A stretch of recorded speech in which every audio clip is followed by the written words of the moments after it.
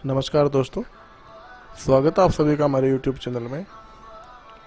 आज हम बात करने वाले हैं कि विद्यालय स्तर पर जो TAF है वो कैसे भरते हैं, इसके लिए कौन कौन सी प्रक्रिया करनी पड़ती है, उन सभी प्रक्रियाओं को हम यहाँ देखेंगे। तो सबसे पहले हम जो अपनी निक आईडी है उससे लॉगिन करते हैं स्टाफ लॉगिन में जाकर, और उसके बाद में जो इंटरफेस हमारे सामने खुलता है वो ये है। तो इस इंटरफेस में सबसे पहले हम फॉर्म पे क्लिक करते हैं और फॉर्म में हम देखते हैं कि TAF यहाँ पर लिखा हुआ है। इस TAF के ऊपर हम यहाँ क्लिक करते हैं।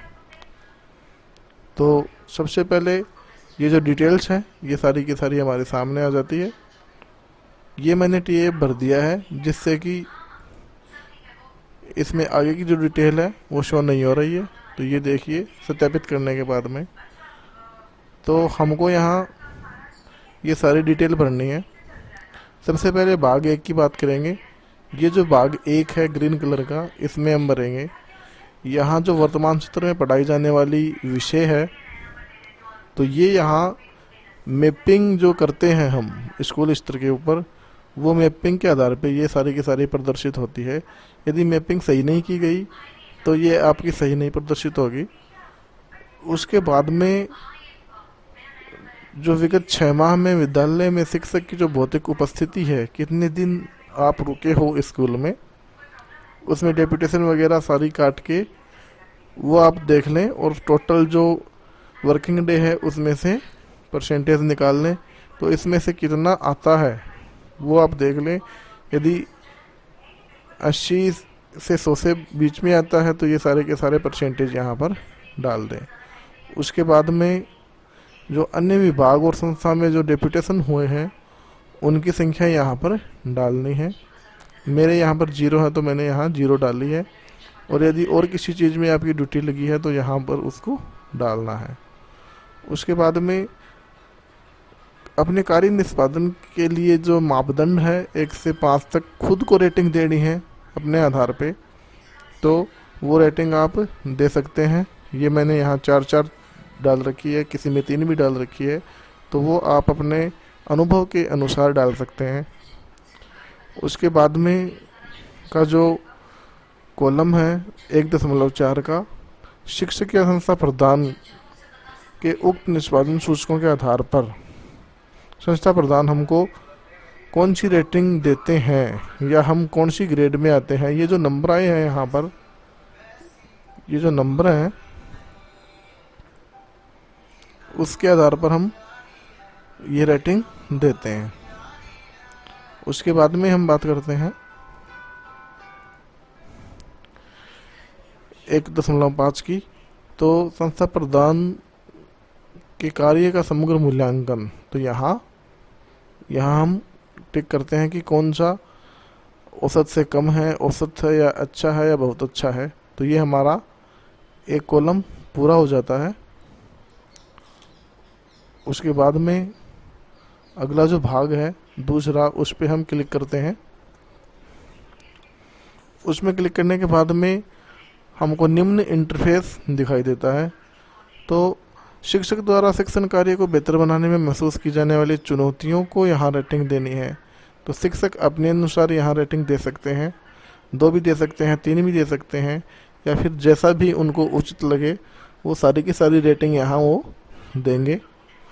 उसके बाद में 1.7 में शिक्षक द्वारा जिन प्रशिक्षणों की आवश्यकता महसूस की जा रही है, कौन कौन से प्रशिक्षण की अपन को आवश्यकता है, तो उनकी भी यहाँ रेटिंग देनी है। सबसे ज़्यादा यदि जिसकी आवश्यकता है उसको सबसे ज़्यादा नंबर देने हैं, और जैसे जैसे आवश्यकता कम होती जाती है वैसे वैसे यहाँ क्रम का जो डिक्रीज कर देना है। उसके बाद में शिक्षकों द्वारा स्वयं के कार्य के बारे में किया गया योगदान बताना है।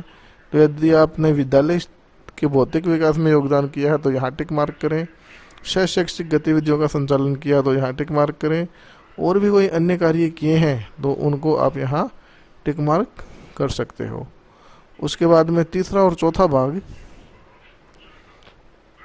इसमें हमारे साथ सामने ये इंटरफेस निकल के आता है।